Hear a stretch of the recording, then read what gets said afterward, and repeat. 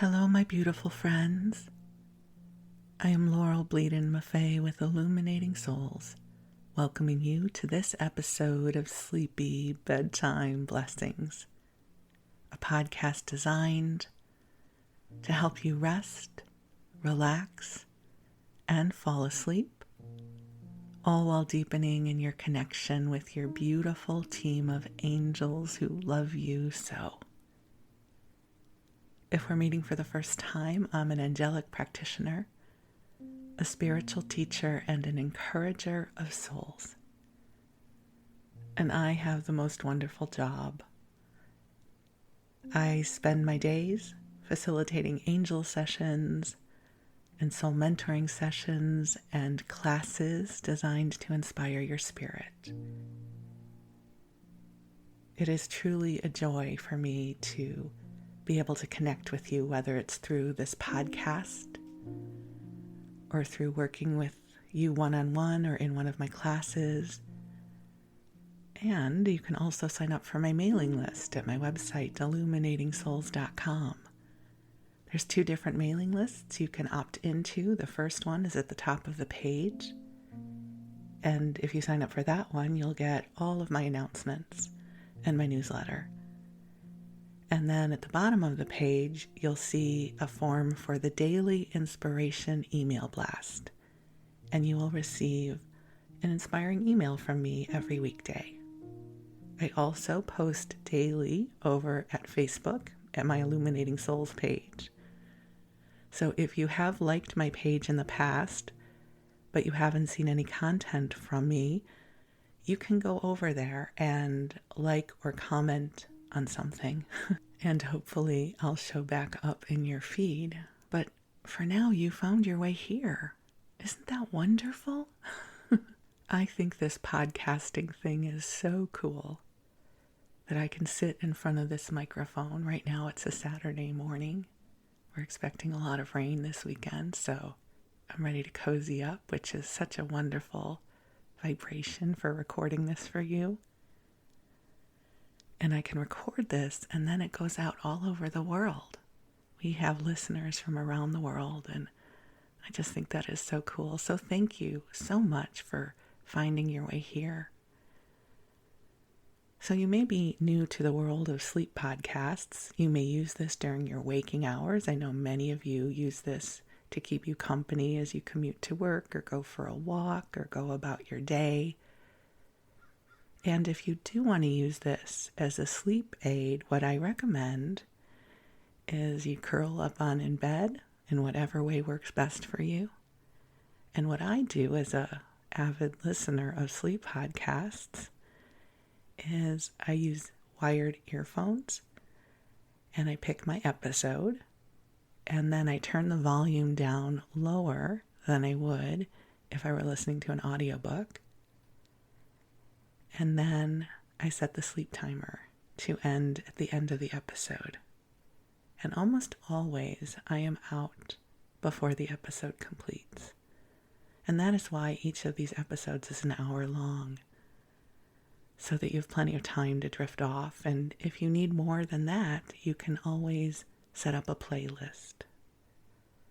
That I've purposely designed this podcast so you can flow from one episode into the other without there being loud music or a deeply recognizable musical bridge or something like that that might wake you up. I just pretty much ramble like this for the whole hour. So, welcome to the rambling, loving, angelic light-filled podcast that is Sleepy Bedtime Blessings. So as I record this, I feel so much love coming in. And I'm so grateful to have this time with you. That even if we've never met, I have felt the promise of you. You know, as we open up to divine love, we can feel into the expansiveness of our soul family.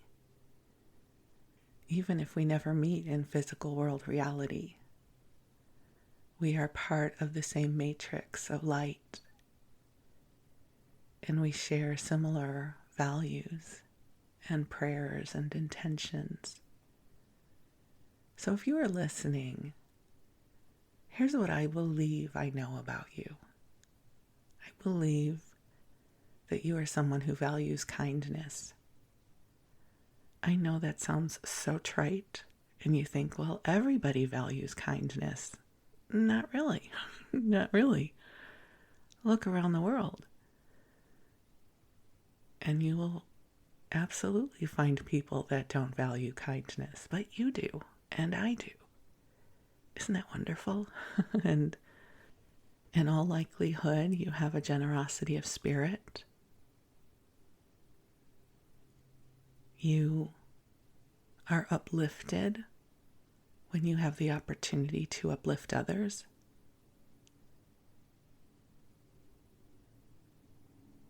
And I just want you to know that I acknowledge this about you, and I am grateful for the gift of you.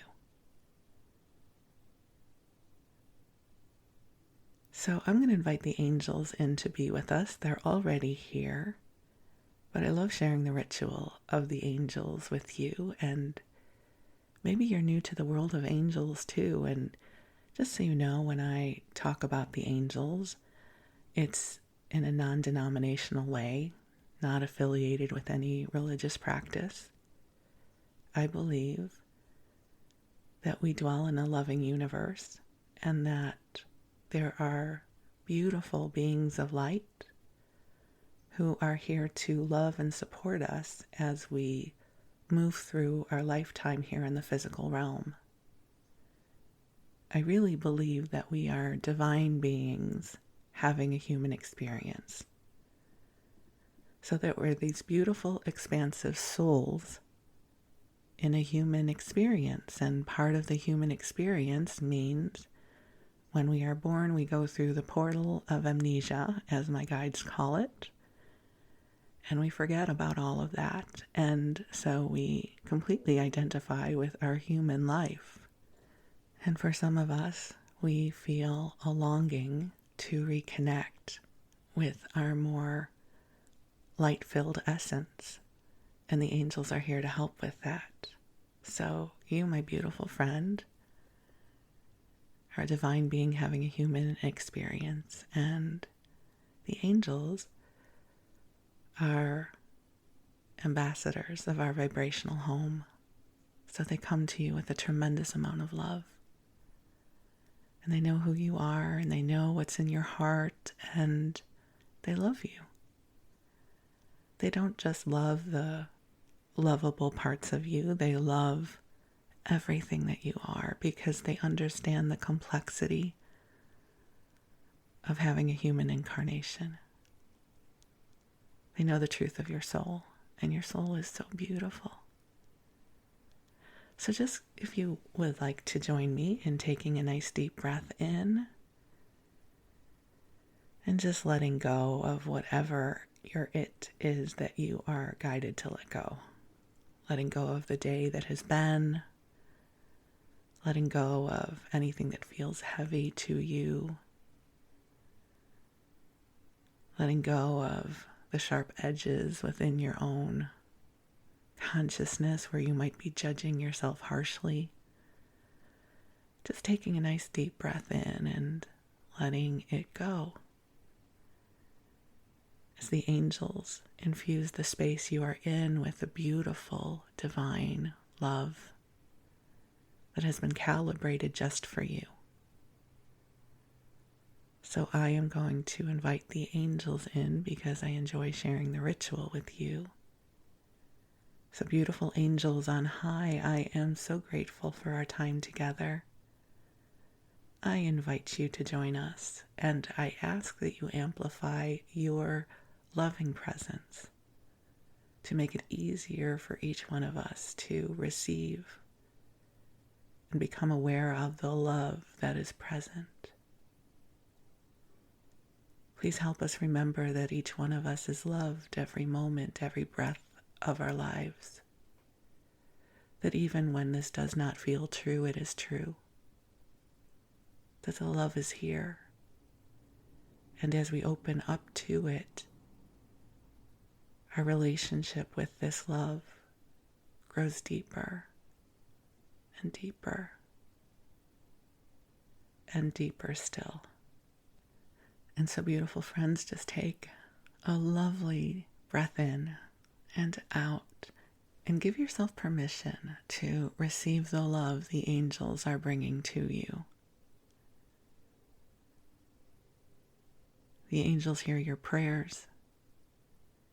They are here supporting you. They are encouraging you. And so if you have prayers in your heart, if you would like some support from the angels, all you have to do is ask them. You don't have to stand on ceremony. You don't have to light a candle or say a certain prayer. All you have to do is ask. You wouldn't believe how often I forget to ask. And I do this work all the time. It is not uncommon for me to get all twisted up in my own stuff because I'm a human being. And more often than not, when I go to my husband and talk to him about whatever it is that I am swimming in, he will say, "Have you talked to your friends yet about this?" And that is code for, "Have I talked to the angels about this yet?" And my answer is always no, no, no, because in that moment I have forgotten about the angels. So interesting. I do this work all the time, and I forget because I'm a human being. And so I always appreciate his reminder to me, because when I am caught up, wrapped up in my own dramatic stuff, I get amnesia about remembering that I can ask for help. I get forgetful about the fact that I can ask for help.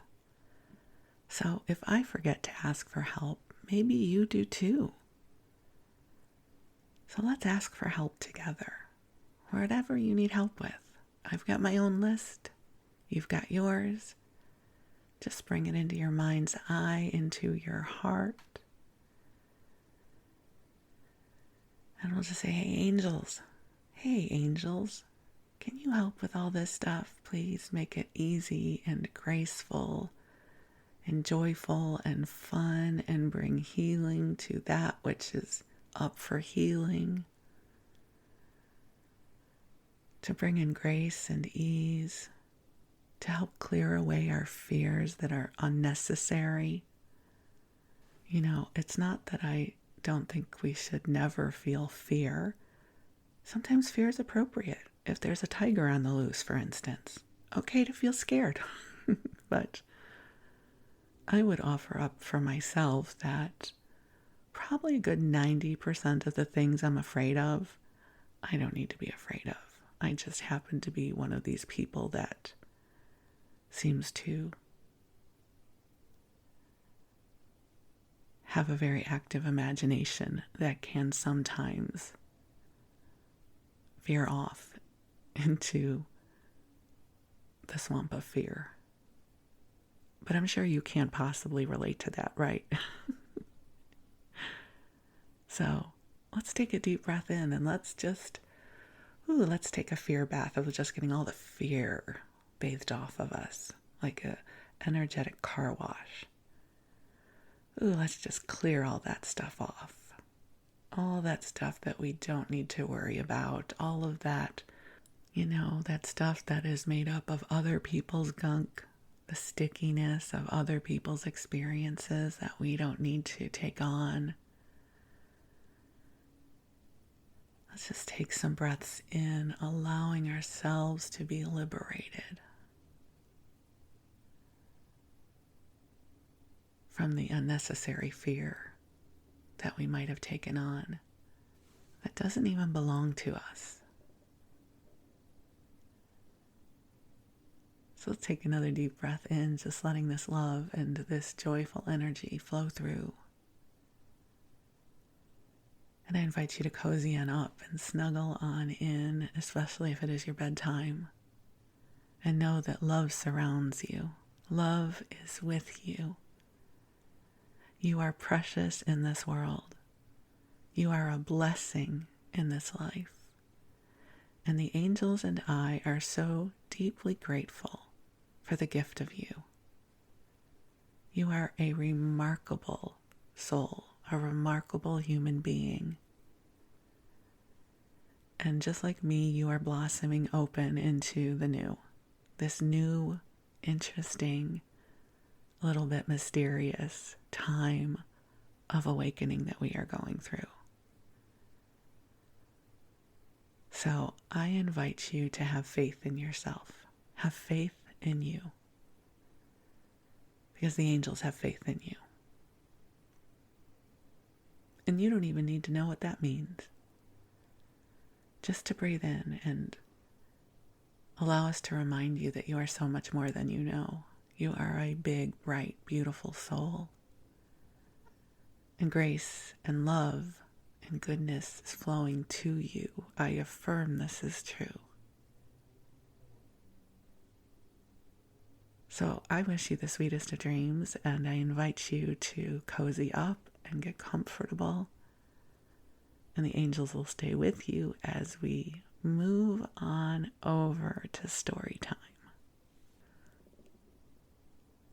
And for this story time, I'm going to be answering the invitation the angels brought to me.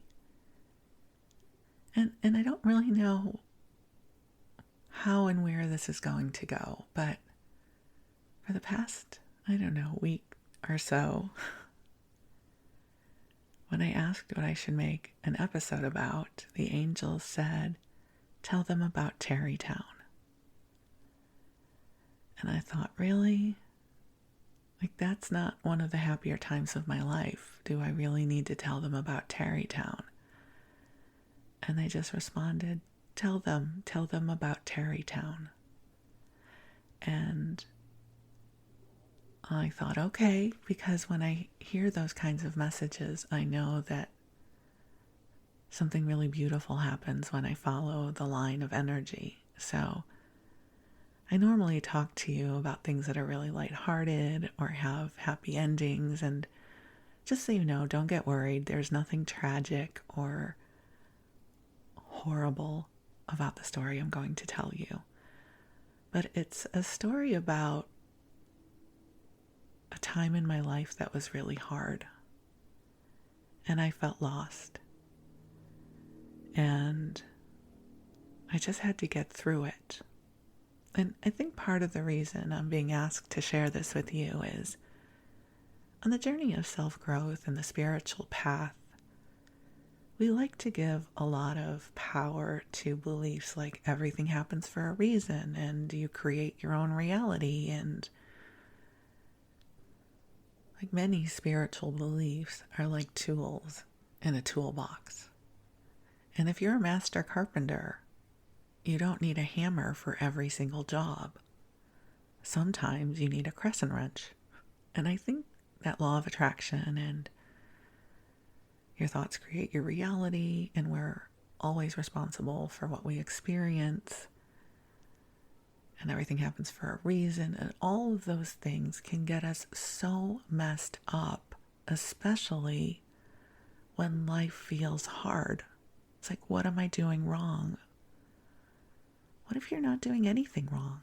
What if this is just a passage in your life that is hard?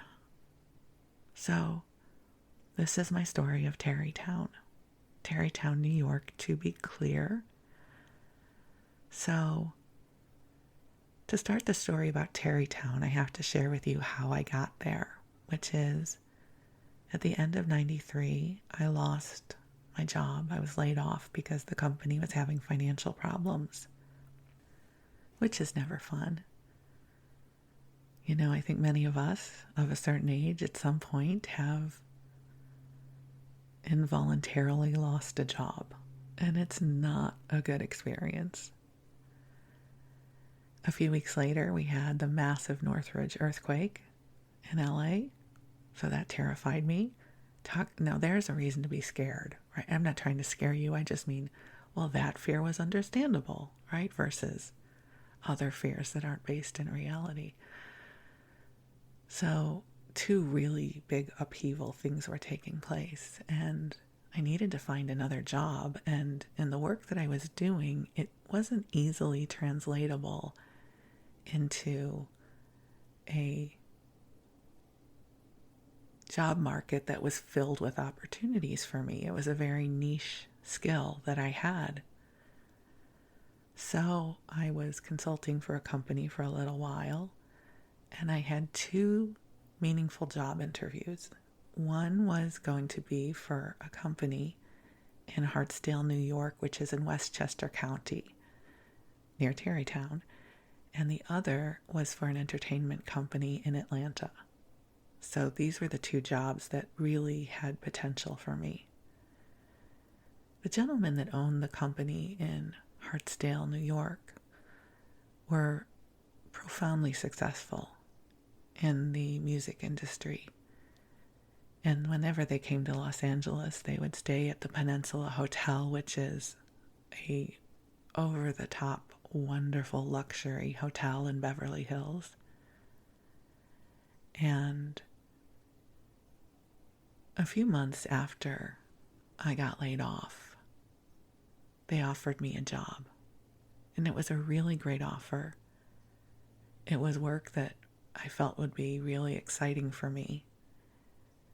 And they offered me the job based on our meetings that we had in Los Angeles. And the reason that's important is because I never did go to their offices in Hartsdale for any of the interviews. So I agreed to move to that area sight unseen.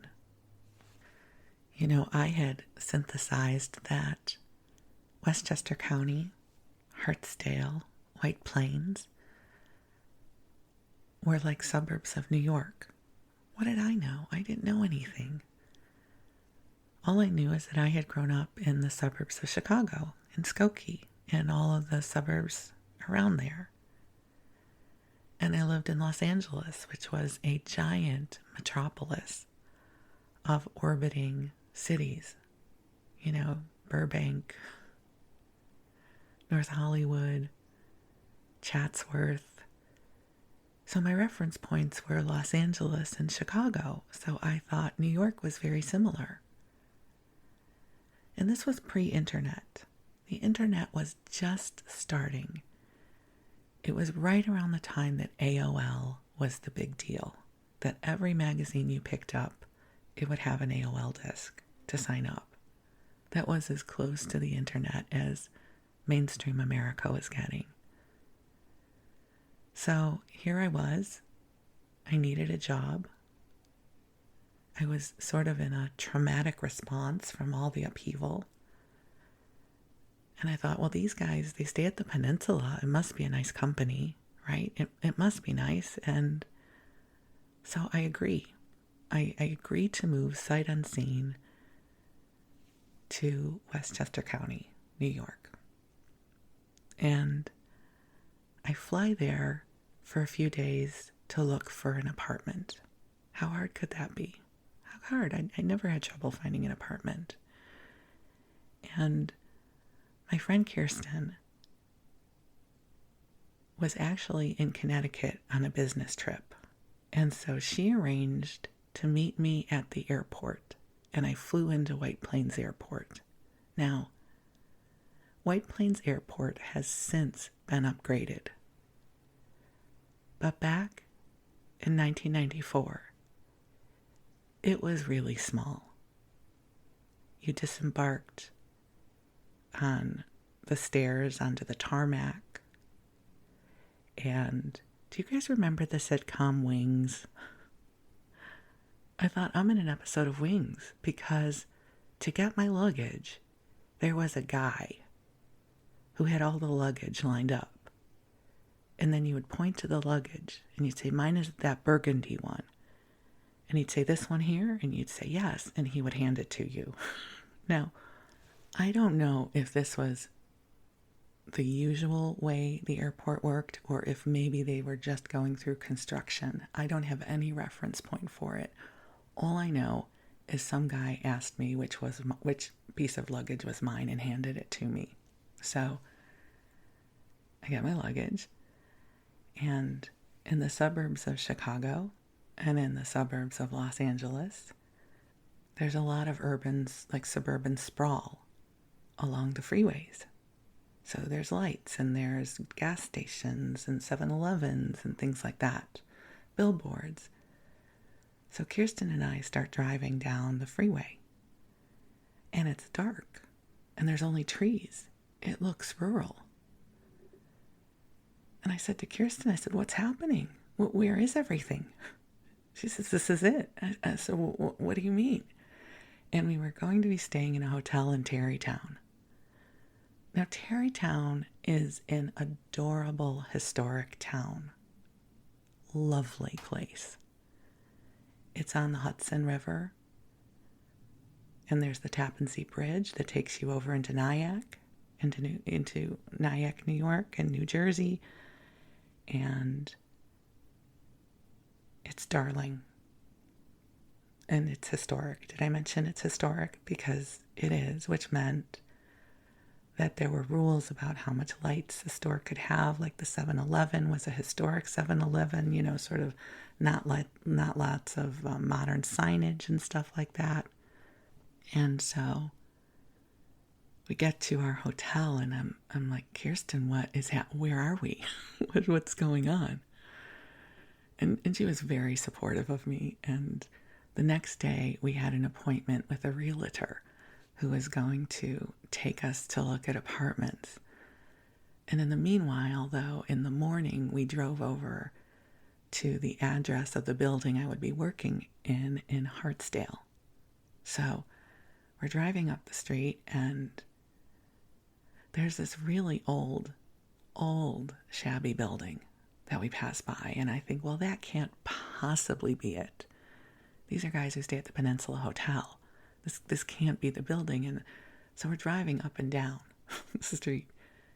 Then I realized that's the building, this shabby building. So again, for like the umpteenth time, I say to Kirsten, what is happening? What's happening? This is the building? And then we meet up with a realtor who takes us looking for apartments, and I had my cap on what I would spend. And she shows us horrible apartments, like someone's basement that has indoor-outdoor carpeting in it. And I said to her, I can't live here. This isn't going to work. And so that was a bust. That day was a bust. And Kirsten had to leave. So I drop her off at the airport, or something like that. I don't even remember the details of that. And then the next day I say to the realtor, well, then you know what? Let's bump up my budget. I think my cap had been $1,000 because it was the 90s, and I went up to $1,200. And she said, okay, listen, I think I have a place, but if you want it, you have to decide while we're there, because apparently the apartment market in Westchester County was really tight. I've shared this story in another episode. I don't remember which one, but I'll move through it quickly. So she takes me to this really ginormous, beautiful house that had been divided up into apartments. There was the basement apartment, the first floor, the second floor, and the attic. So I was being shown the first floor apartment, which was big, probably 2,000 square feet. And apparently what had happened is another couple had looked at it in the morning, but the tenant's boyfriend got really angry with them and I guess caused a scene. And so for some reason the couple's like, we're out of here. I don't even want to think about this place, which is why I got to see it and the boyfriend was not there. And I looked at it and it was beautiful. And I said, I'll take it. And she says, we need to go back to the office right now so you can write a check. and then it will be yours as long as you pass, the credit check and everything. So we go back to the office. I'm writing out my check, and that couple calls back. And they're like, you know what? We'll take it. And she said, it's too late. I've just accepted this woman's deposit check. So I guess in that way things were, being taken care of for me.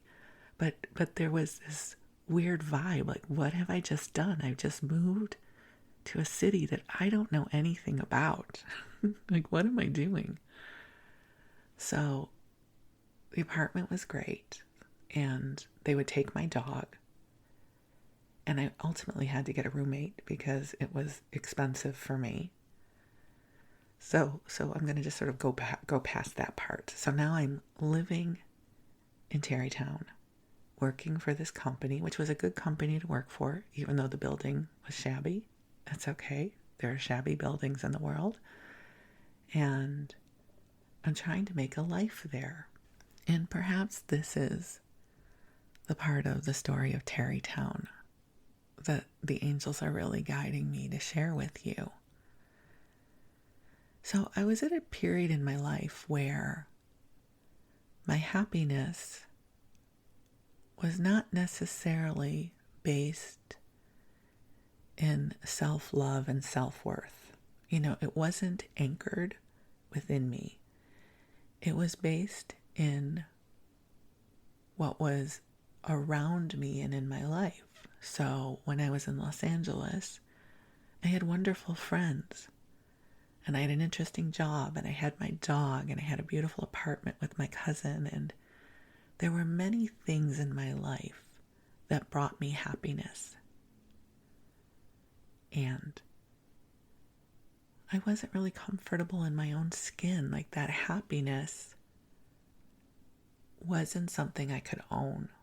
I don't know how to explain that. And in my life now as Laurel, I love myself. Now, I don't mean this in this egoic, I am so awesome way. I mean, I have profound compassion, understanding, and I hold myself with loving, and I understand myself, and I don't think I understood myself back then.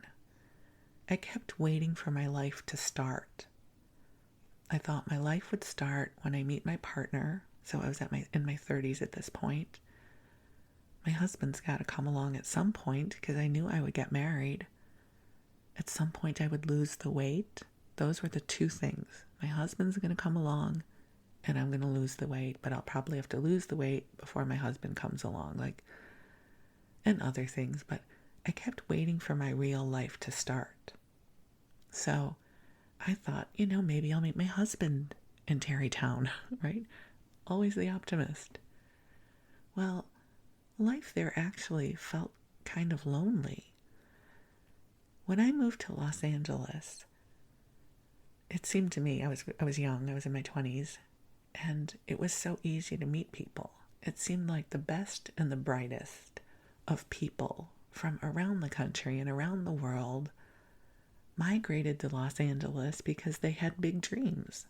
So you would meet somebody who's a screenwriter or a filmmaker, and there was this beautiful creative synergy, and I was young, and we traveled around in packs of friends, and it was so easy to meet people because almost everybody was from somewhere else.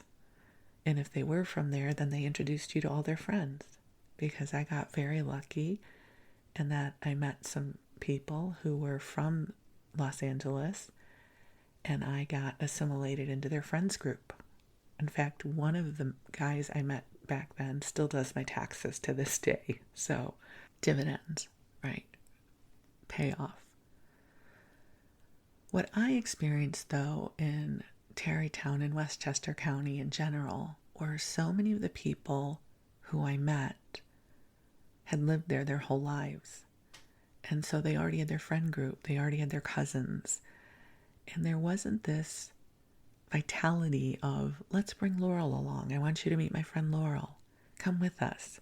And then I would be assimilated into their group. I really kind of felt very lonely when I was there.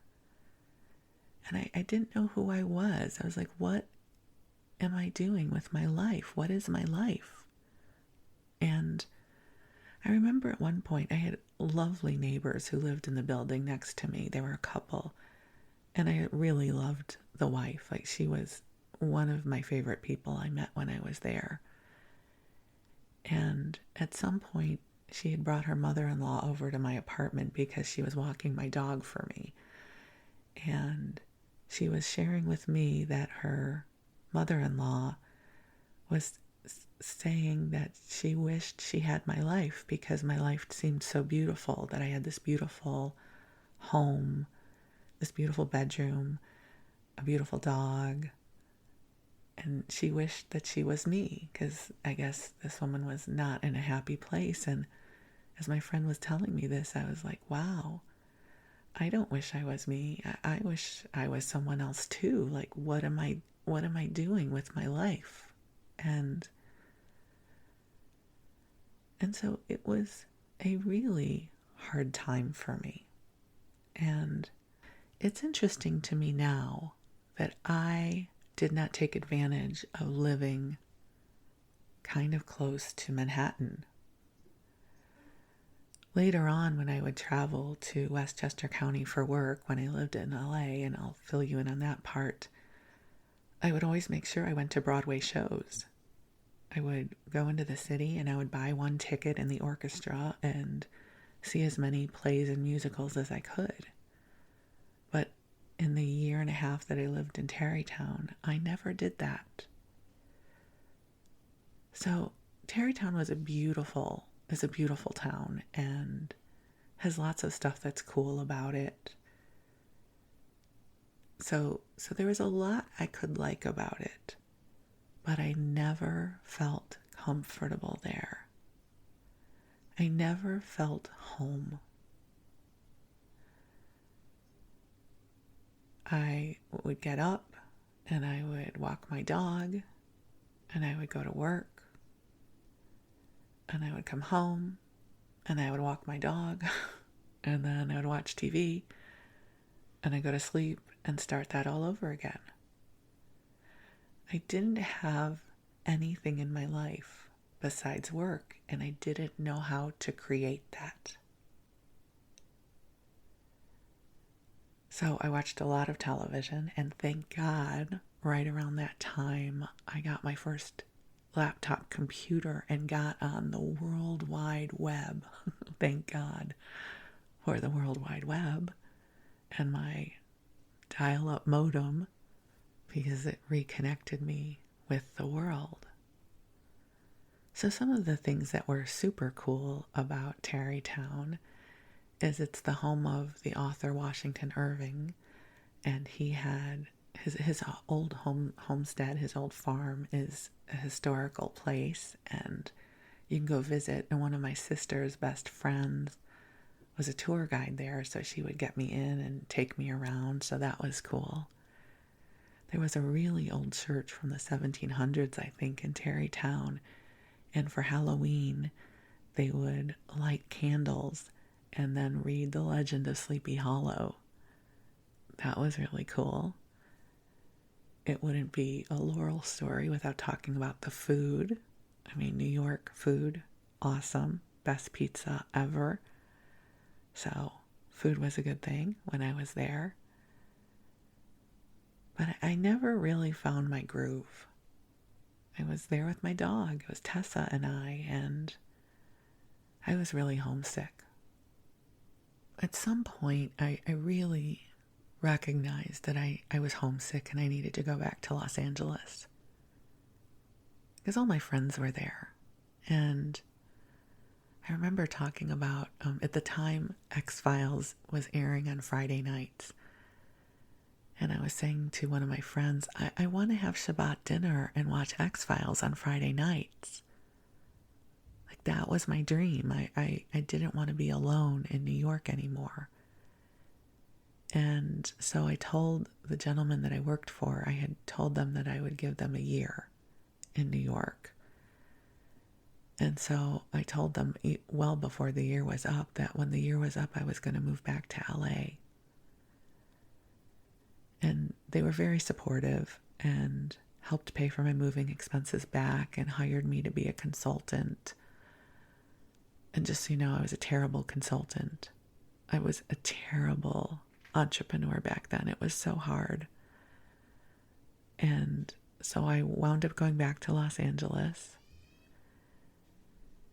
And life was still really hard. I mean, I had my friends, thank God. Thank God for my friends. They kept me afloat. But I was really lost. I was working as a consultant and trying to do sales, which I suck at. And I was floundering. I didn't know what I was supposed to be doing with my life. Again, I was waiting for my life to start. Like, at what point do I become Laurel? At what point do I feel fulfilled? And do I have my life intact? And all through this, I was profoundly loved. My parents loved and supported me. My friends loved and supported me. So it's not as if I didn't have anyone in my corner. I was well loved and supported. But there's this beautiful lyric I've quoted to you before from a song from David Wilcox, and it says, "There's a break in the cup that holds love inside of me." And I think I was just so in the loneliness of my cup that kept running out. And this went on for several years. Ultimately, the company that I'd worked for in New York hired me back full time in another capacity. And I wound up working for that company until I left to create Illuminating Souls. The company ultimately expanded and grew and got purchased by a conglomerate, a bigger company. But through all of that, even though on the surface my life seemed good, I was not fulfilled. I was really having a hard time finding my way. I was in therapy. I was doing all the things I needed to do. I was talking to my friends about it. I couldn't figure out why I hadn't yet met my future husband. I really wanted to get married. I wanted to lose weight again, still with the weight. So why am I sharing all of this with you? Not only because the angels asked me to, but because I really just want to reflect to you that sometimes life is hard, and sometimes we feel lost, and it's not our fault. Did all of that happen to me because I didn't think good thoughts, or I didn't think I was worthy? No, just probably I had a bunch of planets transiting other stuff, and it was just a hard time for me. But upon reflection, here's what I can tell you. If I hadn't been so unhappy, it sounds like such a strong word. I don't know that unhappy is the right word, because there were things in my life that made me happy. But if I didn't feel so like the absence of something I couldn't describe, maybe that's the way to say it. Like, there was definitely something missing. I thought it was my future husband, but there was something missing in my life. And I really just kind of felt lost, even though I wouldn't have called it that at that point. But had things gone my way, had I had the job I really wanted, had I met a wonderful man and gotten married and had kids, like had other dreams come true, I don't know that I would be here right now with you doing this work. And I don't want to translate into, well, everything happens for a reason. I don't believe that is why I went through that transit. But it was from this place of confusion, lostness, what am I doing here kind of thing, that I found my way to the University of Santa Monica to get my master's degree in spiritual psychology. So my move to Tarrytown happened in 94. And in 95, I moved back to Los Angeles. And I had about, 4 or 5 years of kind of knocking about. Like, is this my life? Is this what I'm here to do? I did a lot of things. I was active in some Jewish singles communities, Esha Torah. Like, I kept trying to meet my person, thinking then my life starts. And I just really kind of felt like I was kind of wandering around. So after this feeling so unsettled, 2000 is the year of my awakening, and many things happened that year. And I have an episode called The Story of My Awakening where I go into it in greater detail. But I needed to find my path, and I didn't even know I was looking for my path. And that's when I found my way to the University of Santa Monica, and I dove head into their program. I knew I was going into my destiny. I said that to a friend when I was driving to USM that first Friday night. I said, I'm going to my destiny. I don't even know what that means, but I'm going to my destiny. And had this incredible experience with a chiropractor I had been working with because my back had been out and I was in so much pain. And I would just go and see him every week and cry because I hurt so badly. And one visit, he said, do you know why this is happening to you? And I said, no. He said, it's because you're not doing what you came here to do. I said, oh. He says, do you know what you came here to do? And out of seemingly nowhere, I said, I'm a healer. I'm a healer. And he said, yes, you are. And I remember thinking, where did that come from? What does that even mean? I'm a healer. I don't understand. And the next week I came back and I said, what does that mean? I'm a healer. And he said just like this. He said, well, you could go to the University of Santa Monica and get your master's degree in spiritual psychology. And I said, okay. It just dropped in as a yes. Okay, I can do that. And I'd never known anyone who'd gone to USM, and it turns out the chiropractor had never known anyone who went to USM. He'd just gotten that hit for me. And I went back to the office and I called USM and I said, I'm supposed to come. And this was September of 2000 and classes started in October. And I said, do you want to know about the program? I said, no, I don't need to know anything other than when do I need to be there? And here's my credit card. Because they had, I think, 12 spots remaining. I said, well, no, you have 11. I'm coming. So I don't necessarily believe that I went through the doldrums for 5 or 6 years so I could find my way to USM. I don't believe that we are asked to suffer.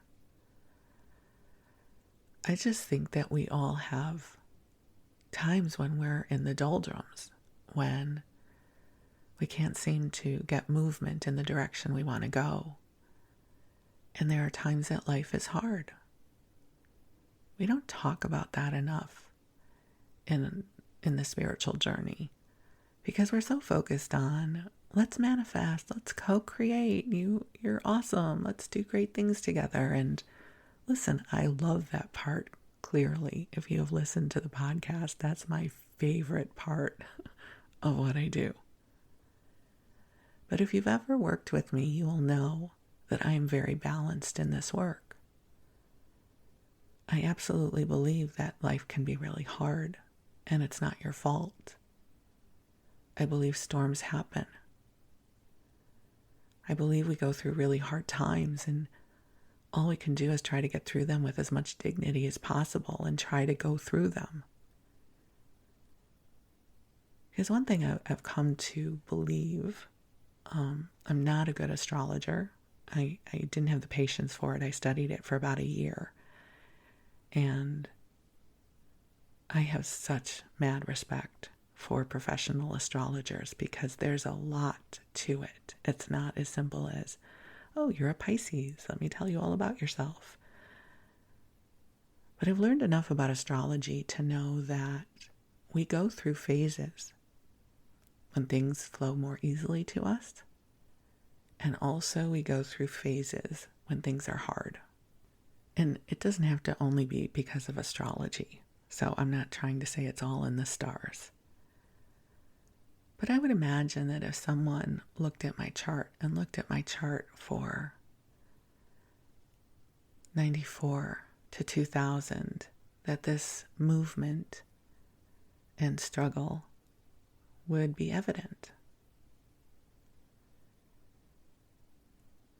And then there would be a time for awakening.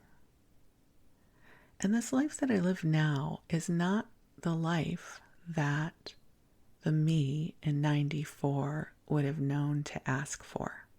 Yes, I have my husband. He was an important part. But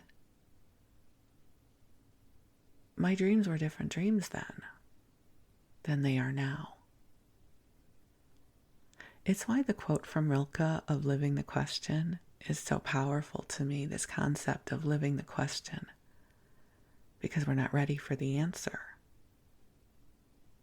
The answer of who I would become would not have fit me in 94. The me in 94 would not have understood the answer that is my life now. I had to live my way into this answer. And it's not that every moment since has been phenomenal. I have hard times just like you do.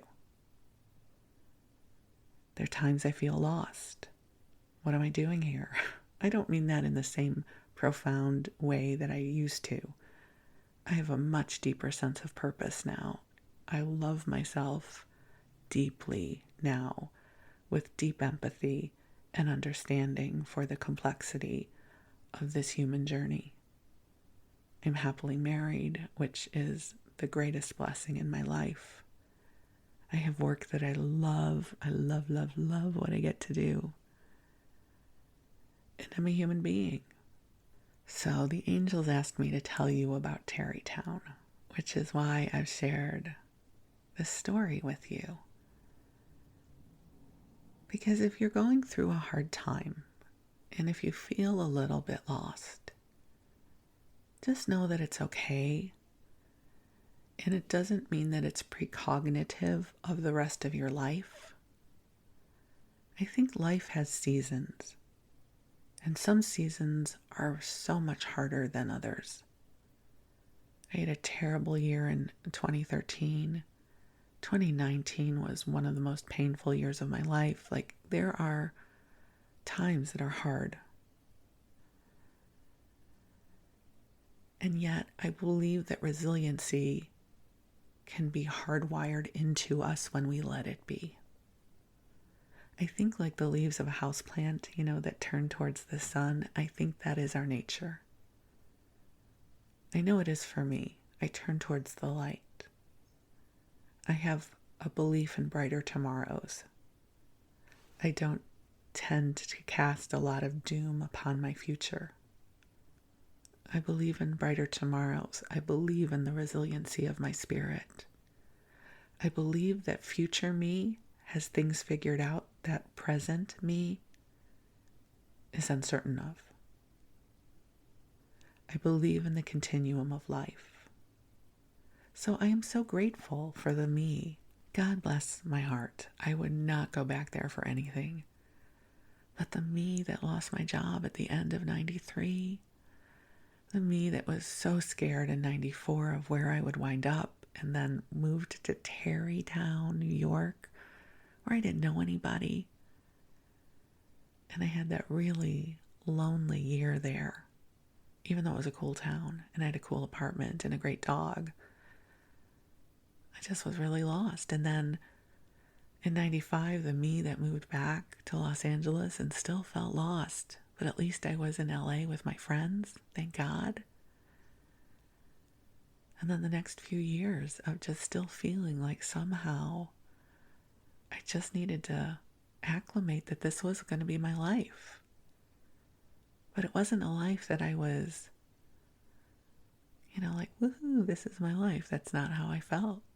Now I feel that way about my life. Like, I love my life. I don't want to trade lives with anybody. Back then I would have traded. I would have traded up. Not now.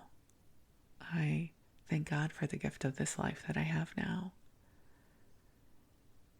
And it's so much easier for me to see blessings now.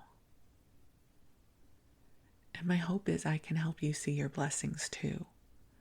I don't think my ability to see blessings is simply because I can tick boxes off now. Because I could tick a lot of boxes off back then. I had a good life. I had friends. I had good jobs. I did cool things with people. Like, there were a lot of boxes ticked back then. But the internal structure of my beingness was more flimsy. Whereas I feel like that is much stronger now. I know who I am. And I have loving for this being that I am, this very complicated divine being having this earth girl experience. I have a lot of love and empathy for this experience of being in this lifetime. So my hope is I can help you cultivate some of this too. And if you are going through your hard time, I'm sending you so much love and light and prayers. And I invite you into this love stream that we are in together in hopes that it supports you and helps you move into your brighter tomorrows. Because I'm a big fan of brighter tomorrows. God willing, we live long enough to live our way into our brighter tomorrows, and we're like, oh, thank God I made it here. So I pray for brighter tomorrows for you. And I love you so much, and thank you for letting me share with you this very tender time of my life. Again, it's not that it was tragic or horrible, thank God. It was just hard. Sometimes life's hard. And God willing, sometimes life gets easier. So here's to easier days. And I love you so much. You're wonderful. You are resilient. You are beautiful. You are supported. You can ask the angels for help. And so take a deep breath in. And I'm just going to ask the angels to clear the energy of this broadcast through the heart of God. So anything that might have been stirred up as I shared this story can be released up into the higher realms where it can be transformed in service for the highest good of all concerned. So take a deep breath in, just allowing a deep cleansing, clearing breath of love to move through you, to breathe in peace, to breathe in the light, and to know that you are loved and supported with every breath. So, my friend, I wish you the sweetest of dreams, and I look forward to connecting with you again soon. I love you, and thank you.